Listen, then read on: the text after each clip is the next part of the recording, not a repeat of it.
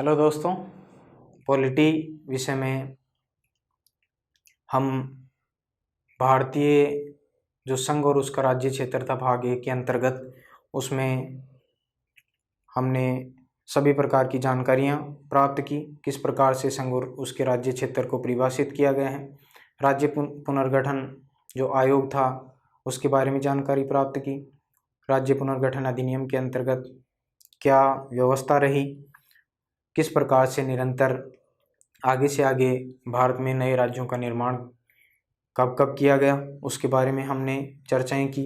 कब भारत से विदेशी शक्तियां अपना कब्जा आसानी से नहीं छोड़ती हैं तो भारत सरकार उस क्षेत्र में सेना के माध्यम से कार्रवाई करके उन क्षेत्रों से विदेशी शक्तियों को यहाँ से जाने के लिए मजबूर करती हैं। उन क्षेत्रों को भारतीय संघ में मिला लिया जाता है, भारतीय संघ का भाग बनाया जाता है और तब जाकर एक अखंड भारत का निर्माण होता है। तो भाग 1 से संबंधित तथ्य हमने देखे थे।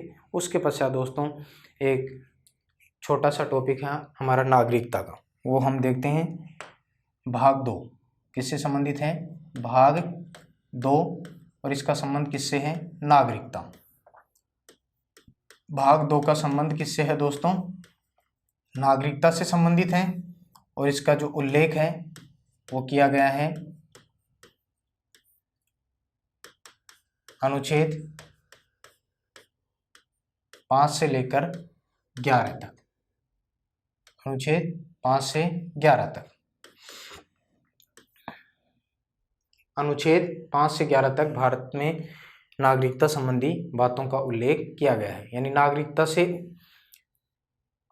जुड़ा हुआ टॉपिक है हमारा संविधान का भाग 2। अब इसमें हम बात करते हैं दोस्तों नागरिकता, भारतीय नागरिकों को किस प्रकार की नागरिकता मिली हुई है। तो हम बता सकते हैं इकहरी नागरिकता, इकहरी नागरिकता, एकल नागरिकता कह सकते हैं, इकहरी नागरिकता कह सकते हैं या एकल नागरिकता। यानी भारतीय नागरिकों को अलग अलग राज्यों की किसी भी प्रकार की कोई नागरिकता नहीं है और भारतीय नागरिकों को कैसी नागरिकता मिली हुई है? इकहरी नागरिकता मिली हुई है। ये प्रावधान हमने कहाँ से ग्रहण किया है? इंग्लैंड या ब्रिटेन के संविधान से ग्रहण किया है। एक ही बात है, इंग्लैंड या ब्रिटेन के संविधान से ग्रहण किया है। नागरिकता का प्रावधान हमने कौन से देश से ग्रहण किया है? इंग्लैंड से ग्रहण किया है। नागरिकता संबंधी जो कानून है, नागरिकता संबंधी कानून बनाने का अधिकार, कानून बनाने का अधिकार किसको है? तो यह है संसद को। किसको है? संसद। नागरिकता संबंधी कानून बनाने का अधिकार किसको है? संसद को है। यानी कोई भी नागरिकता से जुड़ा हुआ कानून अगर बनाया जाता है तो वो कौन बनाता है दोस्तों? संसद बनाती है। राज्य विधानमंडलों की इसमें किसी भी प्रकार की कोई भूमिका नहीं होती है। ठीक है। और इसी दृष्टिकोण से हमारी संसद ने कानून बनाया नागरिकता अधिनियम 1955। नागरिकता अधिनियम 1955, नागरिकता अधिनियम 1955। और इस नागरिकता अधिनियम 1955 के आधार पर भारतीय नागरिकों को 5 आधार प्रदान किए गए। ठीक है। नागरिकता प्राप्त करने के कितने आधार? 5 आधार प्रदान किए गए। कौन कौन से? एक तो जन्म से, अगर किसी व्यक्ति का जन्म भारत में हुआ है तो अपने आप ही भारत का क्या कहलाएगा? नागरिक कहलाएगा। एक दूसरा जो आधार है वो है वंशानुगत, पीढ़ी दर पीढ़ी, अगर उसका जन्म भारतीय भूभाग में हुआ है तो वो अपने आप ही किसका हकदार होगा? नागरिकता का। उसके बाद में तीसरा जो पॉइंट है वो है पंजीकरण। पंजीकरण के द्वारा, जिसको हम अंग्रेजी में कहते हैं रजिस्ट्रेशन, क्या कहते हैं? रजिस्ट्रेशन, उसके द्वारा। उसके बाद में नंबर 4 आता है देशीयकरण। अगर भारत के किसी भूभाग के अंतर्गत अगर आप आते हैं और वो भाग भारत के अंदर सम्मिलित है, उस भाग के अपने आप ही आप क्या हो जाते हैं? नागरिक कहलाते हैं। और नंबर जो 5 है वो भूभाग सम्मिलित होने पर, भूभाग सम्मिलित होने पर। ठीक है,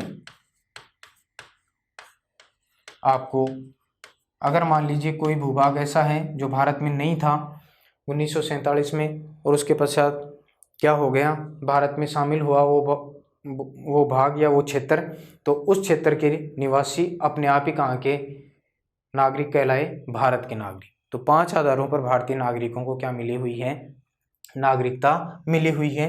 ये 5 आधार आप लोग विशेष रूप से ध्यान में रखेंगे। जन्म से, वंशानुगत, अगर पंजीकरण रजिस्ट्रेशन करवाते हैं तो भी हमें नागरिकता मिलती है, देशीयकरण या भूभाग सम्मिलित होने पर। और नागरिकता त्याग, नागरिकता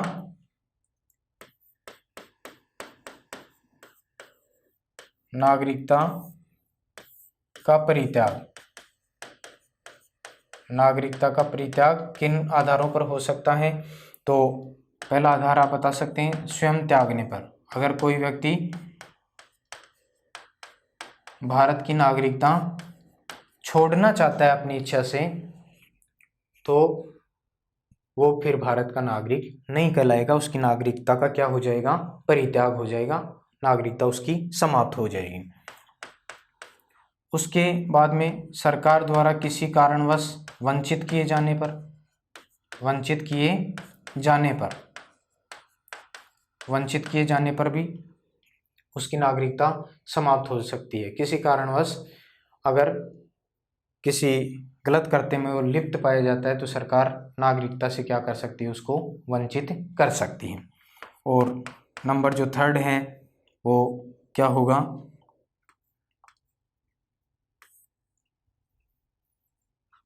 नागरिकता की बर्खास्तगी।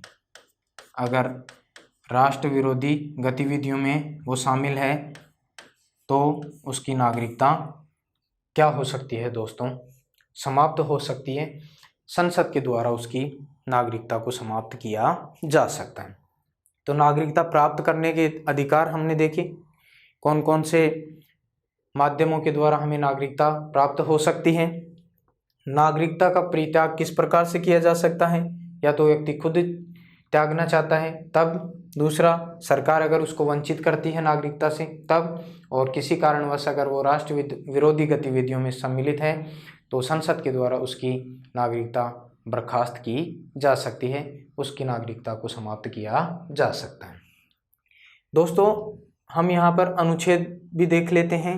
अनुच्छेद 5 से 11 उल्लेख किया गया है, तो हम शॉर्ट में किस प्रकार से जो बातें बताई गई हैं अनुच्छेद 5 में क्या कहता है, नागरिकता से संबंधित जो बातें हैं उसमें अनुच्छेद 5 में क्या कहा गया है, संविधान के प्रारंभ पर नागरिकता, संविधान के प्रारंभ पर क्या हो, नागरिकता। अगर जिस दिन हमारा भारत का संविधान शुरू हुआ उस दिन जो व्यक्ति भारतीय भूभाग में था वो भारत का क्या हुआ, नागरिक हो गया। इसका मतलब ये है संविधान के प्रारंभ होने पर नागरिकता का प्रावधान करता है कौन सा अनुच्छेद, अनुच्छेद नंबर 5। उसके बाद में दोस्तों अनुच्छेद नंबर 6, अनुच्छेद नंबर 6 क्या कहता है, पाकिस्तान से भारत आने वाले, पाकिस्तान से भारत आने वाले, पाकिस्तान से भारत आने वाले नागरिकों के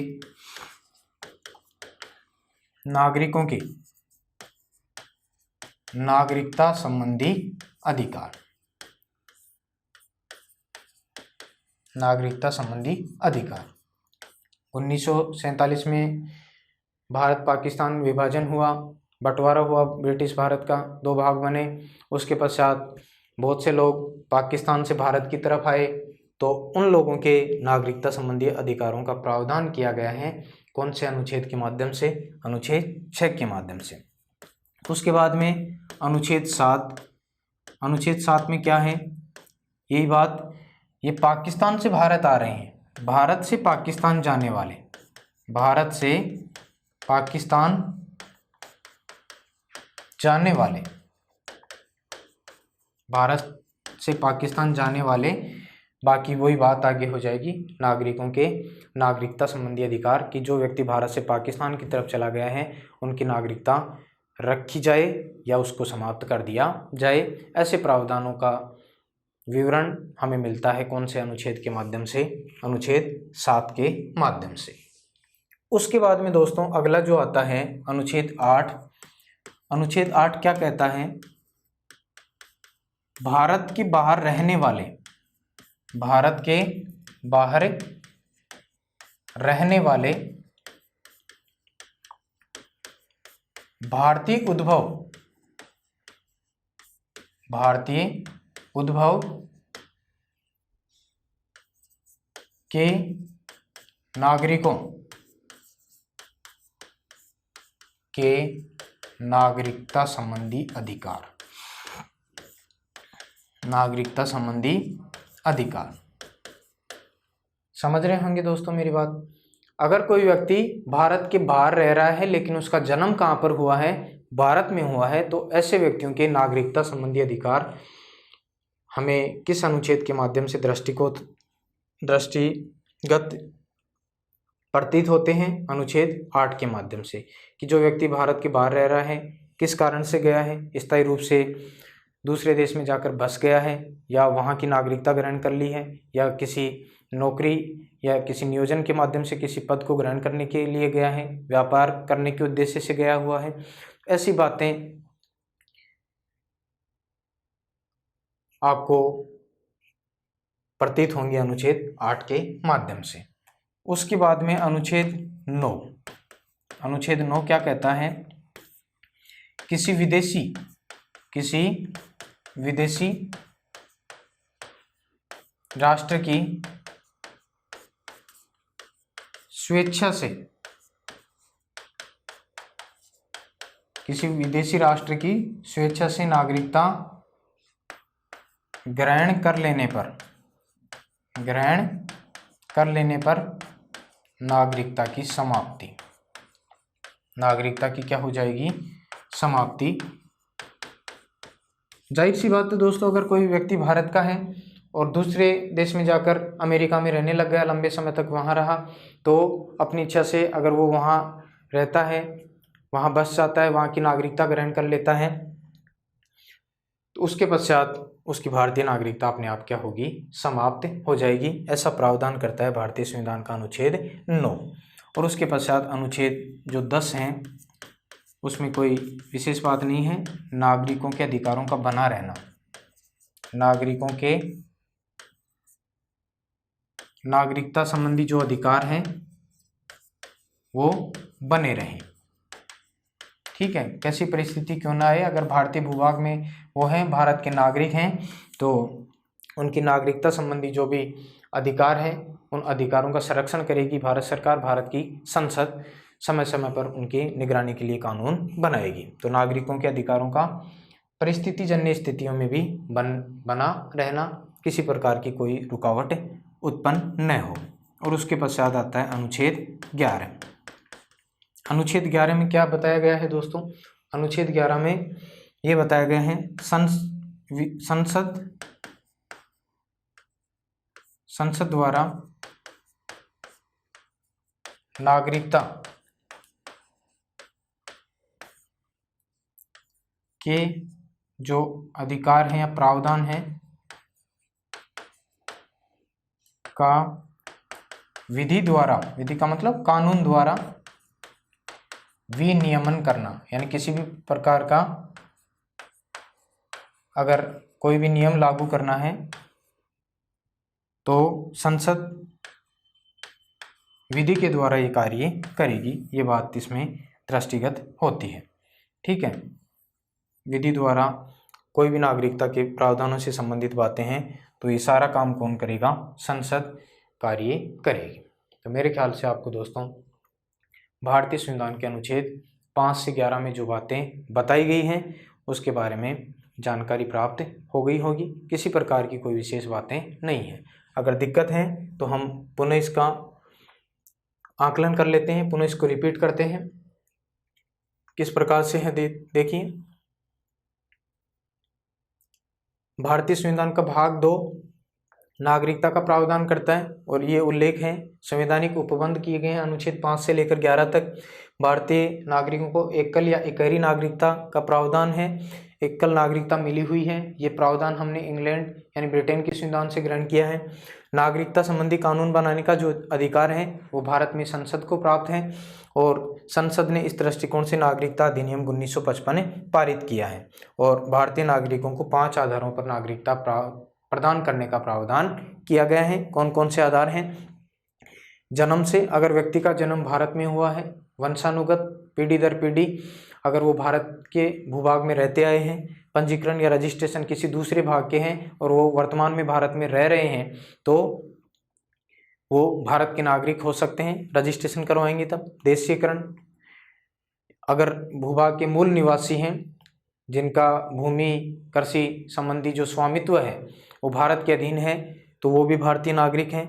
और कोई भूभाग जो 1947 के पश्चात भारत में शामिल हुआ है उस भूभाग के निवासी भी क्या होंगे? भारतीय नागरिक कहलाएंगे। नागरिकता का परित्याग किन आधारों पर हो सकता है? अगर व्यक्ति खुद छोड़े, स्वयं त्यागने पर, सरकार द्वारा वंचित किए जाने पर और सरकार द्वारा बर्खास्तगी यानी राष्ट्र विरोधी गतिविधियों में अगर आप संलिप्त हैं तो सरकार के द्वारा, संसद के द्वारा आपकी नागरिकता की बर्खास्तगी की जा सकती है। अनुच्छेद 5 कहता है जब संविधान प्रारंभ हुआ तब जो नागरिकता थी, किस व्यक्ति के पास कैसी नागरिकता थी, उनके बारे में प्रावधान करता है। अनुच्छेद 6 में क्या कहा गया है? पाकिस्तान से भारत जो व्यक्ति आए हैं उनके नागरिकता संबंधी जो प्रावधान है, अधिकार हैं, किस प्रकार के हैं। अनुच्छेद 7 जो भारत से पाकिस्तान की तरफ गए हैं तो उनके नागरिकता जो प्रावधान है, अधिकार हैं, वो समाप्त होंगे या नहीं होंगे, इनके बारे में। अनुच्छेद 8 में कहा गया है भारत के बाहर रहने वाले भारतीय उद्भव के नागरिकों की नागरिकता संबंधी अधिकार। कोई व्यक्ति भारत से बाहर रह रहा है और किसी कारणवश, मतलब चाहे व्यापार हो चाहे नौकरी हो, उसके उद्देश्य से गया हो, जिसका जन्म भारत में हुआ हो तो उसकी नागरिकता संबंधी अधिकार कैसे होंगे, इनके बारे में जानकारी। किसी विदेशी राष्ट्र की नागरिकता स्वेच्छा से ग्रहण कर लेने के पश्चात भारतीय नागरिकता अपने आप क्या होगी? समाप्त होगी। ये प्रावधान करता है अनुच्छेद 9। और नागरिकों के अधिकारों का बना रहना, कैसी भी परिस्थितियां क्यों न हो, नागरिकों के अधिकार भारत में बने रहेंगे, अनुच्छेद 10 कहता है। और अनुच्छेद 11 में क्या बताया गया है? संसद द्वारा नागरिकता के प्रावधान का विधि के द्वारा विनियमन किया जाना, यानी संसद नागरिकों की जो नागरिकता संबंधी जो प्रावधान है उसको कानूनों के द्वारा क्या कर सकती है? नए नियम बना सकती है और जो बनाए गए नियम हैं उसमें किसी भी प्रकार का संशोधन कर सकती है, बदलाव कर सकती है। पूरी शक्ति है किसको? संसद को। अब देखिए दोस्तों, नागरिकता जो अधिनियम है, नागरिकता अधिनियम 1955, नागरिकता अधिनियम 1955, इसमें वर्तमान तक कितनी बार बदलाव हो चुका है? तो 6 बार। इसमें कितनी बार बदलाव हो चुका है? 6 बार संशोधन किया जा चुका है। नागरिकता अधिनियम 1955 में वर्तमान तक कितनी बार संशोधन किया जा चुका है? 6 बार। कब कब किया गया तो आप बता देंगे। नागरिकता संशोधन अधिनियम 1986, नागरिकता संशोधन अधिनियम 1992, नागरिकता संशोधन अधिनियम 2003, नागरिकता संशोधन अधिनियम 2005, नागरिकता संशोधन अधिनियम 2015 और नागरिकता संशोधन अधिनियम 2019। ठीक है दोस्तों, नागरिकता अधिनियम 1955 में अब तक कितनी बार संशोधन किया जा चुका है? 6 बार। कब कब किया गया? 1986 में, 92 में, 2003 में, 2005 में, 2015 में और 2019 में। लेटेस्ट कौन सा है दोस्तों जो सबसे ज़्यादा चर्चा में है? 2019। तो हम इसको देख लेते हैं। नागरिकता संशोधन अधिनियम, नागरिकता संशोधन अधिनियम, सिटीजन अमेंडमेंट एक्ट इसको कहा गया है, CAA, आपको पता है 2019। ठीक है, इसको शॉर्ट में कह सकते हैं हम CAA, सिटीजन अमेंडमेंट एक्ट। इसके लिए भारतीय संविधान में बिल लाया गया 126वां। कौन सा बिल लाया गया? बिल यानी जिसको हम विधेयक कहते हैं ना, विधेयक हमारे देश के गृह मंत्री के द्वारा लाया गया बिल कौन सा? 126वां नागरिकता संशोधन अधिनियम पारित हुआ। तो इसके लिए कौन सा बिल लाया गया? 126वां बिल लाया गया। और इसके माध्यम से क्या किया गया कि 3 देश, कौन कौन से? पाकिस्तान, बांग्लादेश और अफगानिस्तान। पाकिस्तान, अफगानिस्तान और बांग्लादेश, इन 3 देशों से आए हुए 6 अल्पसंख्यक, कितने? 6 अल्पसंख्यक समुदाय के नागरिकों को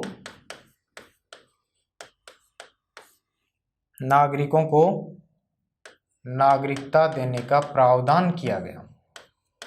नागरिकता देने का प्रावधान, नागरिकता देने का क्या किया गया दोस्तों? प्रावधान किया गया। किसके माध्यम से? जो नागरिकता संशोधन विधेयक लाया गया 126वां, संसद में ये किसके द्वारा लाया गया? अमित शाह के द्वारा। 6 दिसंबर 2019 को लोकसभा में लाया गया। 391 वोट थे, उसमें 311 वोट पड़े जब मतदान हुआ इसके पक्ष में, 80 वोट पड़े विपक्ष में। 11 दिसंबर को ये राज्यसभा में पारित हुआ, इसके पक्ष में 125 वोट पड़े। तो इस प्रकार से ये पारित हुआ। पारित होने के पश्चात राष्ट्रपति की स्वीकृति मिली और ये अधिनियम 2019 कहलाया। इसके अंतर्गत क्या प्रावधान किया गया कि पाकिस्तान, बांग्लादेश और अफगानिस्तान से आए हुए 6 अल्पसंख्यक समुदाय, कितने? 6 अल्पसंख्यक समुदाय के नागरिकों को नागरिकता देने का प्रावधान किया गया। ये 6 अल्पसंख्यक समुदाय कौन कौन से थे? तो हिंदू, जैन, बौद्ध, सिख, पारसी और ईसाई। ठीक है दोस्तों, ये 6 समुदाय, अल्पसंख्यक समुदाय जो इन देशों में अल्पसंख्यक थे, ऐसे लोग जो भारत में आ गए उनको नागरिकता देने का प्रावधान किया गया। किसमें?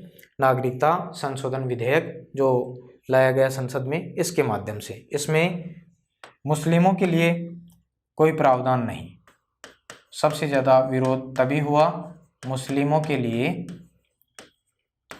प्रावधान नहीं था। ठीक है, आप देख सकते हैं 6 समुदायों में मुस्लिम समुदाय का कहीं पर भी उल्लेख नहीं है दोस्तों, और इसीलिए इसका क्या हुआ? विरोध हुआ। और विरोध में ये बताया गया कि भारतीय संविधान के अनुच्छेद 14 का क्या है? उल्लंघन है। क्या है? उल्लंघन है। भारतीय संविधान के अनुच्छेद 14 का क्या है? ये उल्लंघन है, क्योंकि भारतीय संविधान के अनुच्छेद 14 जो समानता का अधिकार है उसमें बताया गया है राज्य समस्त नागरिकों को विधि के समक्ष समानता और विधि के समान संरक्षण से वंचित नहीं करेगा। तो इसमें दलील दी गई कि विधि के समक्ष समानता का उल्लंघन हुआ है भारतीय संविधान के अनुच्छेद 14 के अंतर्गत। किस अधिनियम के माध्यम से? CAA यानी सिटीजन अमेंडमेंट एक्ट के माध्यम से। ठीक है, इसमें नागरिकता देने का जो अवधि थी वो 11 वर्ष से घटाकर, अवधि कितने वर्ष से घटाकर? 11 वर्ष से घटाकर कितनी कर दी गई? 5 वर्ष। कितनी कर दी गई दोस्तों? 5 वर्ष कर दी गई। ठीक है, ये अधिनियम कौन सा था? नागरिकता संशोधन अधिनियम 2019, जिसको CAA के नाम से जाना जाता है। वापस समझ लीजिएगा आराम से। नागरिकता संशोधन अधिनियम जो बना, इसके लिए संविधान में विधेयक बिल लाया गया। कौन सा? 126वां। हमारे देश के गृह मंत्री अमित शाह जी के द्वारा 6 दिसंबर 2019 को लाया गया। और जब मतदान हुआ सदन में तो कुल 391 वोट पड़े, 80 विपक्ष में, पक्ष में कितने पड़े? 311 पड़े। उसके बाद में 11 दिसंबर 2019 को ये राज्यसभा में पारित हुआ। इसके पक्ष में 125 वोट पड़े। इसके माध्यम से दोनों सदनों में पारित हुआ, राष्ट्रपति की स्वीकृति मिली और उसके पश्चात ये बन गया क्या, अधिनियम बन गया। ठीक है, इसके माध्यम से क्या प्रावधान किया गया कि पाकिस्तान, बांग्लादेश और अफगानिस्तान के से भारत में आए हुए 6 अल्पसंख्यक समुदाय के नागरिकों को नागरिकता देने का प्रावधान किया गया। और इसके अंतर्गत जो 6 अल्पसंख्यक समुदाय थे वो कौन कौन से थे? हिंदू, जैन, बौद्ध, सिख, पारसी और ईसाई। इसमें मुस्लिमों के लिए कोई प्रावधान नहीं था और इसीलिए सबसे ज़्यादा इस बात का क्या हुआ दोस्तों, विरोध हुआ कि यहाँ मुसलमानों के लिए किसी भी प्रकार की नागरिकता संबंधी जो व्यवस्था है, अधिकार है, प्रावधान है, वो नहीं किए गए हैं। और इसका बड़े स्तर पर क्या हुआ दोस्तों, विरोध हुआ।